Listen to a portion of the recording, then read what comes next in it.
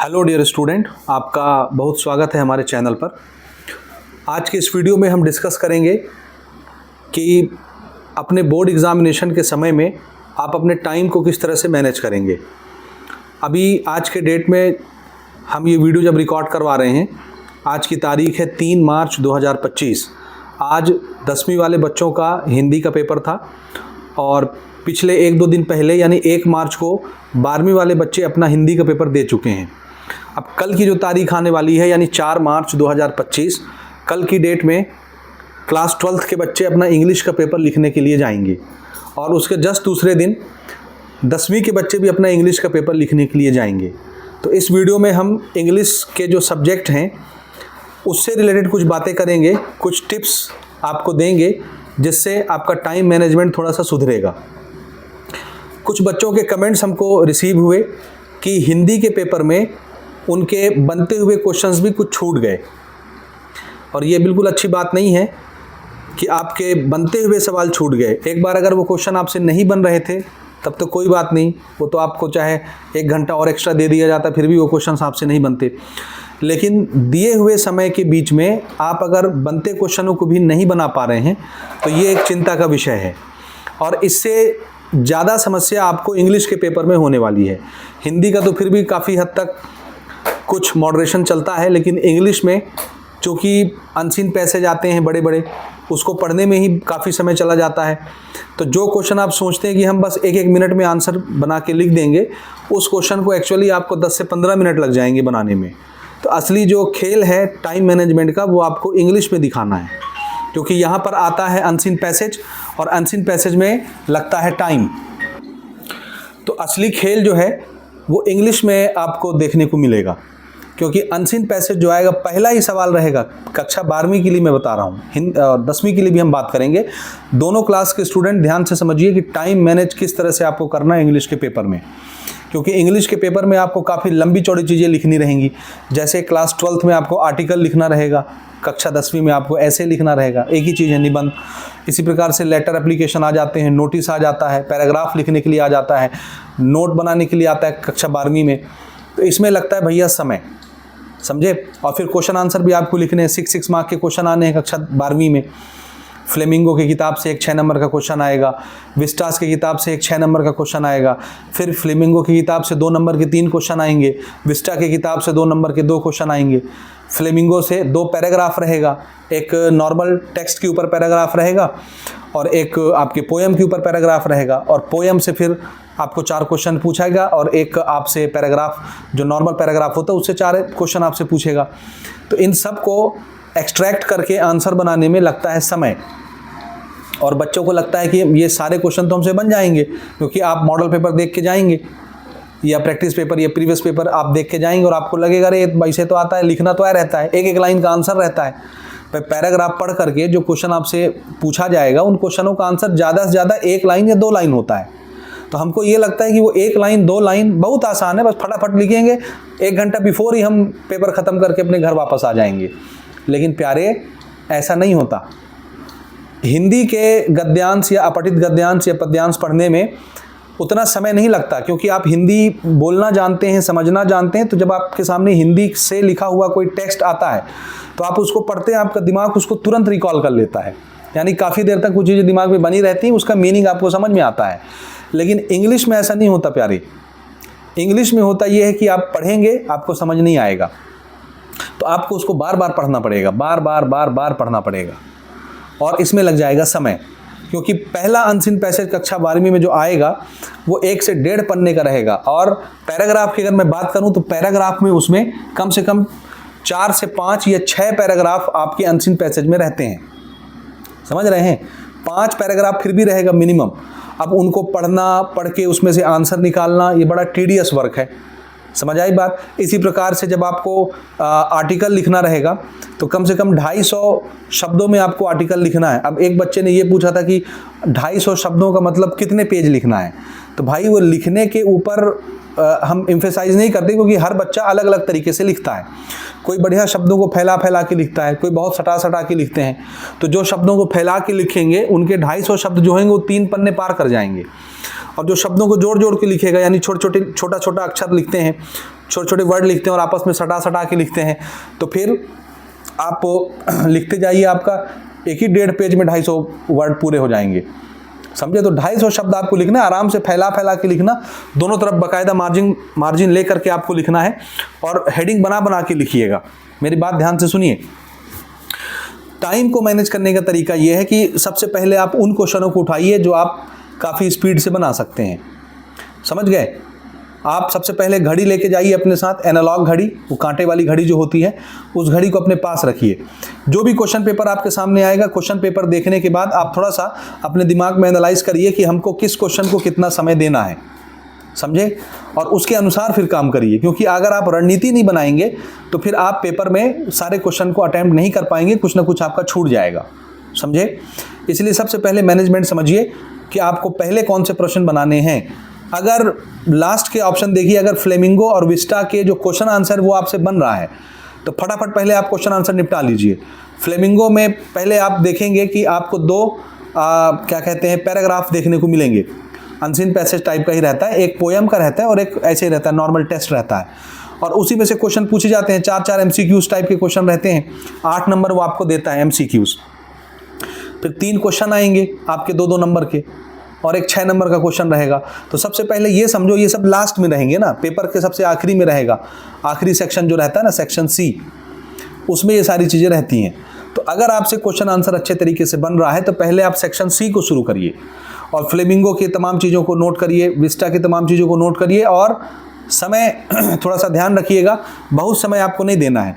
कोशिश ये रहे, ध्यान से समझिएगा, कोशिश ये रहे कि 1 घंटे के अंदर अंदर आपका जो सेक्शन C है, फ्लेमिंगो और विस्टास, दोनों के क्वेश्चन कंप्लीट हो जाएं 1 घंटे के अंदर अंदर।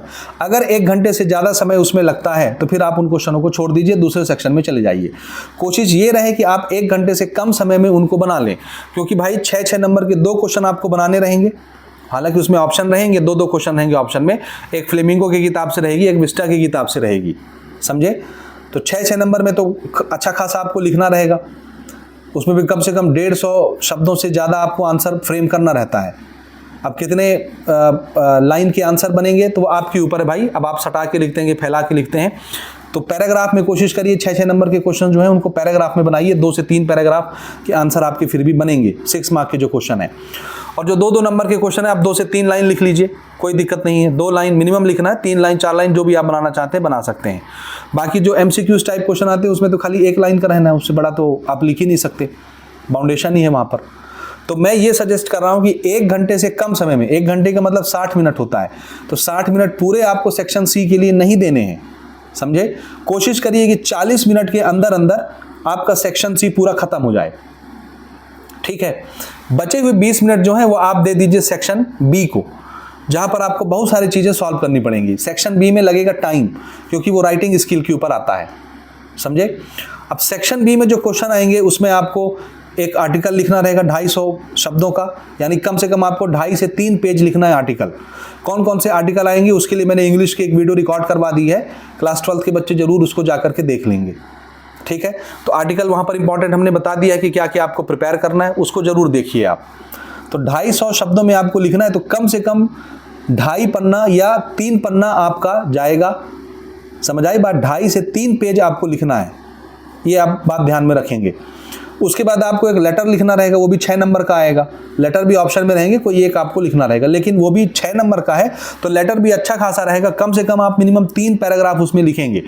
पैराग्राफ की हाइट बहुत ज़्यादा नहीं रखनी है, 3 से 4 लाइन एक पैराग्राफ की बनेगी।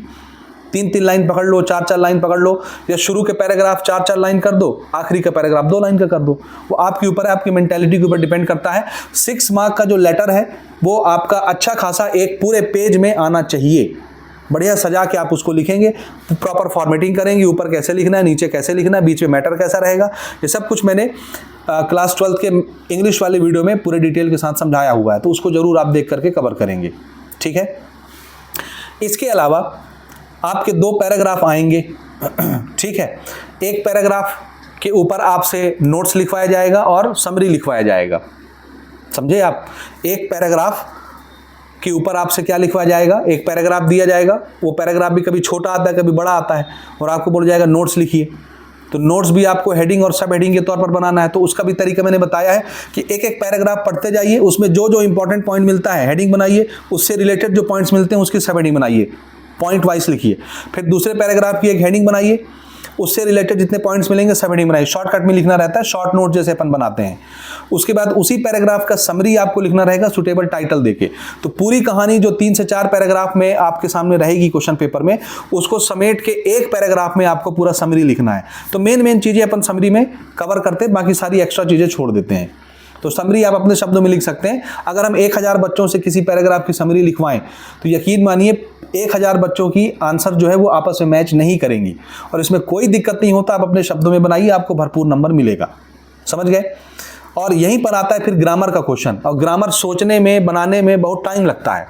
लिखते समय नहीं लगता, क्योंकि वो तो एक लाइन का आंसर रहना है ग्रामर का। लेकिन ग्रामर को सोचना, फिर मन में ये भय रहता है कि यार ये सही होगा कि गलत हो जाएगा, ये लिखूं कि नहीं लिखूं, इस सोचने के चक्कर में लग जाता है टाइम। तो ग्रामर में रहेंगे 12 क्वेश्चन, उसमें से 10 क्वेश्चन आपको बनाना रहेगा, 10 नंबर का ग्रामर आएगा। समझे आप? इसी प्रकार से आपका 10 नंबर का जो आर्टिकल है वो आएगा, तो 10-10 नंबर यहाँ मिल जाएंगे। 4 नंबर का आपका आएगा नोटिस लिखने के लिए या एडवर्टीजमेंट लिखने के लिए, और 6 नंबर का आपका जो है एप्लीकेशन आएगा लेटर लिखने के लिए। ये टोटल 30 नंबर आपको यहाँ से मिलेंगे। लेकिन ये 30 नंबर आपका जो है पसीना निकलवा देंगे, क्योंकि ये टाइम कंज्यूमिंग है भाई। 250 शब्दों का आर्टिकल लिखना, 1 पेज का लेटर लिखना, फिर पैराग्राफ पढ़ करके नोटिस लिखना और उसकी समरी लिखना, इट टेक्स टाइम। बात समझिए, इसमें लगता है समय, और ये 1 घंटे में कवर नहीं होता हमेशा, ये 1.5 घंटा कम से कम आपको लग जाएगा। समझे आप? तो मैंने जो बताया था सेक्शन सी से हम उसको 40 मिनट में कवर करेंगे।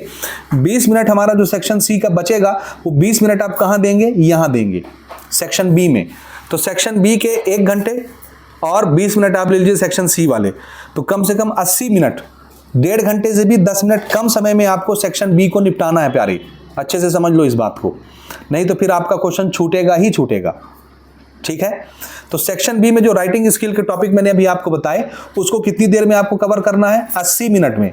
1 घंटा 20 मिनट। 20 मिनट कहाँ से ले रहे हैं हम? सेक्शन सी वाले टॉपिक से ले रहे हैं, उसको खाली 40 मिनट में आप कवर करेंगे। तो इस तरह से टाइम को मैनेज करिए। रह गया फिर 1 घंटा। उस 1 घंटे में आप जो पहला पार्ट आएगा आपका सेक्शन ए, जिसमें एक पूरा अनसीन पैसेज रहेगा, ठीक है, और उसमें भी नोट मेकिंग रहेगा, नोट बनाना रहेगा आपको, ठीक है, उसमें पैराग्राफ आएगा नोट्स के लिए, और इसके अलावा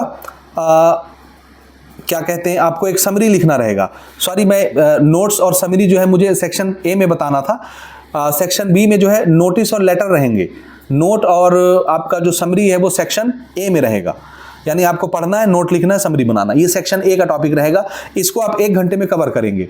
सेक्शन बी में जो मैंने बताया उसमें नोटिस, एडवर्टीजमेंट रहेंगे ऑप्शन में, और एक लेटर रहेगा 6 नंबर का। नोटिस, एडवर्टीजमेंट 4 नंबर के रहेंगे, लेटर आपका 6 नंबर का रहेगा।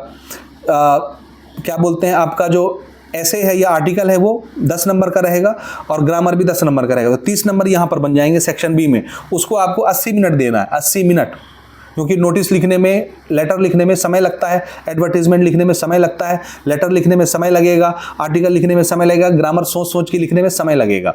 तो आप 80 मिनट का टारगेट रखिए सेक्शन बी के लिए। सेक्शन ए में आते हैं। सेक्शन ए में आपको 2 पैराग्राफ दिखेगा। पहला पैराग्राफ 1.5 पन्ने का रहेगा, अनसीन पैसेज। समझे? अब उस अनसीन पैसेज में आपको 5 एमसीक्यू पूछे जाएंगे और 7 आपसे ऑब्जेक्टिव क्वेश्चन पूछे जाएंगे। आप उसको पढ़ना और सारे क्वेश्चंस, 12 क्वेश्चंस बनाना। 12 नंबर देता है पहला अनसीन पैसेज।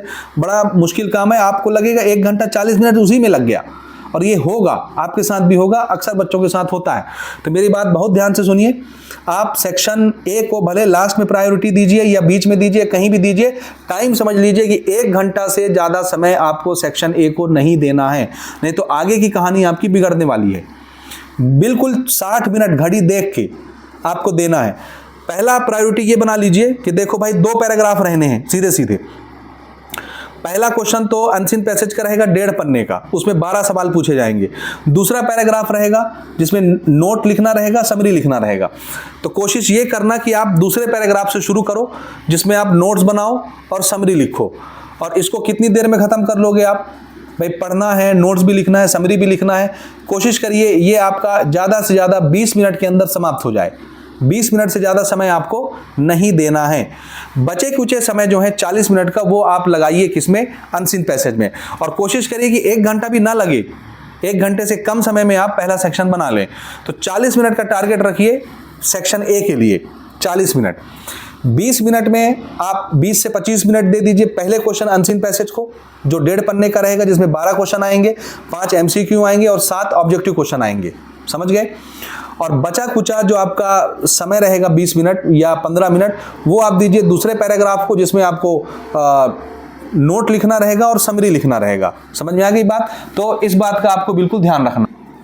तो बात समझिए, सेक्शन ए को हमने प्रॉपर समय देना है 40 से 45 मिनट। अब सबसे बढ़िया तरीका मैं आपको बताता हूँ, सबसे ज़्यादा टाइम कंज्यूमिंग रहने वाला है सेक्शन बी। तो हमारा पेपर होना है 3 घंटे का, 3 घंटे के आधे टुकड़े करिए, 1.5 घंटा 1.5 घंटा। सेक्शन बी को पूरा 1.5 घंटा दीजिए आप, 80 मिनट से लेकर 90 मिनट, 1.5 घंटा बनता है। सेक्शन बी जो राइटिंग स्किल आने वाली है, सेक्शन बी को 1.5 घंटे का टाइम दीजिए, 1.5 घंटे में आपको उसको खत्म करना है, यानी 90 मिनट के अंदर अंदर। और बचा आपका 1.5 घंटा, उस 1.5 घंटे के 2 टुकड़े कीजिए, 45 मिनट बने।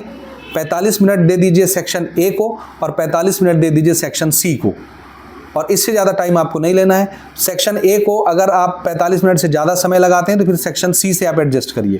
सेक्शन बी को 1.5 घंटा लगेगा, उससे कम समय में आप पेपर नहीं बना पाएंगे। तो मेरी बात ध्यान से समझ लीजिए, सेक्शन ए 45 मिनट में आपको ख़त्म करना है, सेक्शन बी 90 मिनट में आपको ख़त्म करना है, और सेक्शन सी फिर से 45 मिनट में आपको ख़त्म करना है। अब आप अपने हिसाब से पेपर को डिज़ाइन कर लीजिए, मैंने आपको तरीका बता दिया। बीच बीच में आप चाहें तो 1 मिनट का ब्रेक ले सकते हैं, बाकी टाइम इधर उधर एडजस्ट हो जाएगा। ठीक है, तो बहुत सारी शुभकामनाएं। सेक्शन ए में जो पहला अनसीन पैसेज आने वाला है, उसके क्वेश्चंस पहले पढ़ लेना और दिमाग में बैठा लेना कि क्या सवाल आया है। उसके बाद फिर अनसीन पैसेज को पढ़ना शुरू करना और अपने आंसर लिखते जाना। ऐसा नहीं कि पहले पैराग्राफ पढ़े, 10 बार पैराग्राफ पढ़ रहे हो, उसके बाद फिर क्वेश्चन पढ़ रहे हो, फिर खोज रहे हो आंसर, ऐसा नहीं करना। तो पहले क्वेश्चन पढ़ लेना, 12 क्वेश्चन रहेंगे, 12 क्वेश्चन अच्छे से पढ़ के दिमाग में बैठा लेना। उसके बाद फिर पैराग्राफ पढ़ना, जो तुम्हारे काम की चीज़ लगेगी अंडरलाइन कर लेना। कुछ बच्चे कह रहे थे कि हमारे स्कूल में पेंसिल अलाउ नहीं है। पेंसिल अलाउ रहता है भैया, अंडरलाइन करने देते हैं। तुम्हारे पता नहीं किस टाइप के स्कूल वाले, मेंटेलिटी वाले हैं, समझे नहीं आता हिसाब किताब। पेंसिल से कोई चीटिंग नहीं होनी जी। अंडरलाइन करने के लिए पेंसिल होता है, अलाउ होता है। डायग्राम के लिए भी कई जगह पेंसिल अलाउ नहीं कर रहे हैं, पता नहीं किस टाइप के सोच विचार वाले लोग आजकल आ गए हैं। ठीक है, तो इस बात का ध्यान रखिएगा, पेंसिल से आप अंडरलाइन कर सकते हैं। तो जितनी बातें मैंने बताई हैं उस पर फोकस करिए, निसंदेह आपका इंग्लिश का पेपर बहुत अच्छा जाने वाला है। तो wish you all the best. Paper दे के आना तो जरूर मैसेज करके बताना कि किस तरह आपका पेपर गया है, और टाइम मैनेजमेंट का विशेष ध्यान देना, जो मैंने आज के इस वीडियो में बताया है। ठीक है, नहीं तो फिर आपका पेपर छूट जाएगा। तो चलिए इस वीडियो में फिलहाल इतना ही, मिलते हैं अपन अगले वीडियो में।